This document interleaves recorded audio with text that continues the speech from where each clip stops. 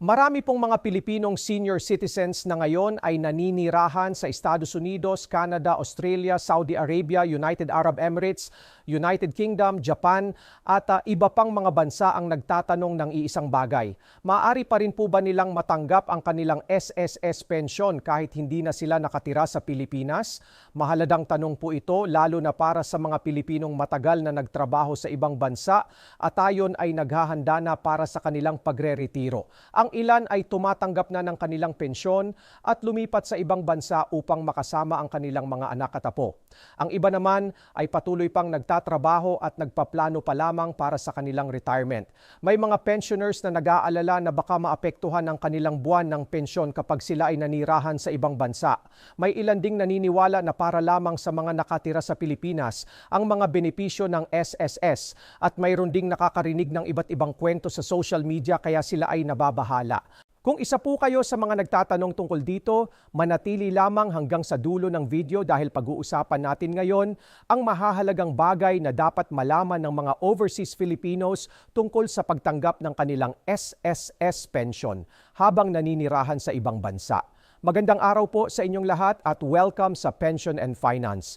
Kung kayo po ay isang senior citizen pensioner, malapit ng magretiro o isang overseas Pilipino na naghahanda para sa retirement, ang channel na ito ay ginawa upang makatulong sa inyo sa pamamagitan ng pagbibigay ng mga mahahalagang balita at impormasyon tungkol sa pensyon, retirement at iba pang usaping pinansyal. Simulan natin sa pinakamahalagang tanong. Maaari pa bang makatanggap ng SSS retirement pension ang isang Pilipino kahit siya ay nakatira na sa ibang bansa? Ang sagot po ay oo. Ayon sa Social Security System o SSS, ang pagiging miyembro ng SSS ay nagpapatuloy kahit ang isang miyembro ay naninirahan sa ibang bansa. Mayroon ding iba't ibang serbisyo ang SSS para sa mga Pilipinong nasa abroad. Ibig sabihin, ang simpleng paglipat o paninirahan sa ibang bansa ay hindi automatikong dahilan para mawala o matigil ang inyong pensyon. Sa kasalukuyan, maraming Pilipinong retires ang tumatanggap ng kanilang pensyon habang naninirahan sa Estados Unidos, Canada, Australia, New Zealand, United Kingdom, Japan, Singapore, Saudi Arabia, UAE at iba pang mga bansa. Para sa maraming pamilya, magandang option ang retirement sa ibang bansa. May mga magulang na nais makasama ang kanilang mga anak at apo. May iba namang pinipiling manirahan sa ibang bansa sa loob ng ilang buwan at bumalik sa Pilipinas sa ibang panahon ng taon. Iba-iba po ang sitwasyon ng bawat pamilya. Gayunpaman, bagamat hindi otomatikong naaapektuhan ang pensyon dahil lamang sa paninirahan sa ibang bansa, mayroon pa ring ilang mahahalagang bagay na dapat tandaan ng mga pensioners. Bago tayo magpatuloy, nais ko pong malaman kung saan kayo nanonood ngayon. Mag-comment po kayo sa ibaba at sabihin kung anong bansa ang inyong kinaroroonan. Kayo po ba ay nasa Estados Unidos, Canada, Australia, Saudi Arabia, United Arab Emirates, United Kingdom, Japan o nasa iba pang bansa?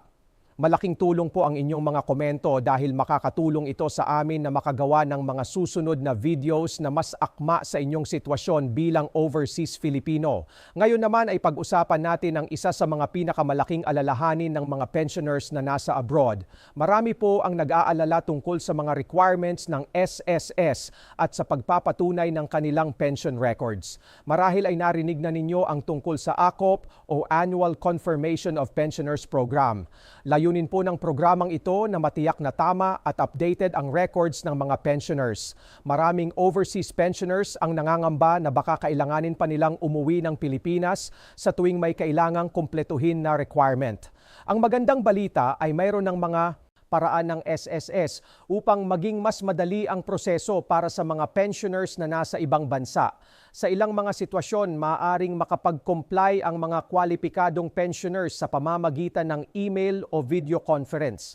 Malaking tulong po ito lalo na sa mga senior citizens na malayo sa Pilipinas o may mga kondisyon sa kalusugan na nagpapahirap sa pagbiyahe. Isa pa sa madalas itanong ng mga overseas Filipinos ay ito. Paano naman kung ako ay nagtatrabaho pa rin sa ibang bansa at hindi pa retirado? Dapat ko pa rin bang bantayan ang aking SSS records at contributions?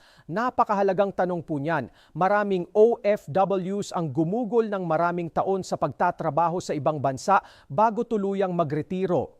Kaya naman mahalagang masubaybayan ang kanilang contribution records at membership status upang makatulong sa kanilang retirement planning. Sa panahon ngayon, mayroon ng online services at mobile application ng SS na nagbibigay daan upang mas madali ninyong ma-access ang inyong records at iba pang serbisyo kahit nasa ibang bansa kayo. Dahil dito, mas madali nang nanatiling updated tungkol sa inyong membership at retirement preparations. Ngayon naman ay pag-usapan natin ang isa sa mga pagkakamaling madalas na nagagawa ng ilang pensioners. Marami po ang agad naniniwala sa mga nakikita nilang post sa social media. May mga post na nagsasabing titigil na raw ang pensyon. May mga nagsasabing mawawalan na raw ng benepisyo ang mga pensioners na nasa abroad.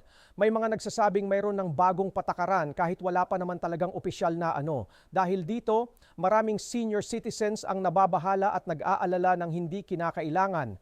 Kaya naman napakahalaga na ugaliing beripikahin muna ang anumang impormasyon sa pamamagitan ng mga opisyal na anunsyo ng SSS bago paniwalaan ang mga kumakalat na balita online.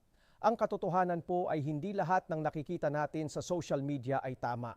Minsan ay kulang ang impormasyon, minsan ay mali ang pagkakaintindi at minsan naman ay sadyang hindi totoo.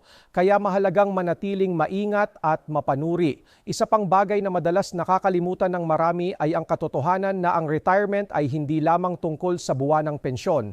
Ang retirement ay bahagi ng mas malawak na plano para sa inyong kinabukasan.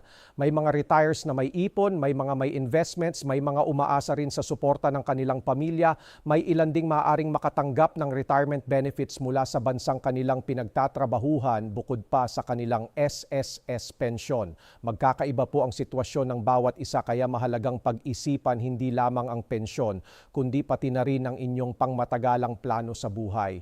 Kung malapit na po kayong magretiro, magandang panahon ito upang suriin ang inyong mga plano. Saan ninyo gustong manirahan? Paano ninyo haharapin ang mga gastusin sa kalusugan? Ano ang inyong magiging buwanang budget? Mayroon ba kayong sapat na ipon para sa mga hindi inaasahang pangyayari? Ang mga tanong na ito ay mahalagang bahagi ng isang maayos na retirement plan. Kapag mas maaga ninyong napaghandaan ang mga bagay na ito, mas magiging maayos at komportable ang inyong pagre-retiro. Kaya ano po ang pinakamahalagang mensahe ng ating video ngayon? Ang paninirahan sa ibang bansa ay hindi automatikong dahilan upang mawala ang inyong SSS pension. Marami pong Pilipinong retirees sa iba't ibang bahagi ng mundo ang patuloy na tumatanggap ng kanilang pensyon habang naninirahan sa abroad. Gayunpaman, mahalagang manatiling updated, panatilihing tama at kumpleto ang inyong records. Sumunod sa mga kinakailangang proseso kung kinakailangan. At tiyaking ang inyong mga impormasyon ay nagmumula sa mga opisyal na sources. Ang pagre-retiro ay dapat panahon ng kapanatagan, seguridad at kasiyahan. At habang mas marami kayong tamang impormasyon, mas magiging handa kayo para sa mas maayos na buhay retirement. Bago tayo magtapos, nais kong malaman kung saang bansa kayo nanonood ngayon. I-comment po ninyo sa ibaba ang inyong bansa dahil ang susunod nating video ay maaaring tungkol mismo sa mga Pilipino nanrahan sa inyong lugar. Kung nakatulong po sa inyo ang video na ito, huwag kalimutang mag-like, mag-share at mag-subscribe sa Pension and Finance. Maraming salamat po sa inyong panonood. Mag-ingat po kayo palagi, manatiling malusog, manatiling updated at nawa ay patuloy ninyong matamasa ang isang ligtas at komportableng retirement saan man kayo naroroon sa mundo. Hanggang sa muli po nating pagkikita dito sa Pension and Finance M.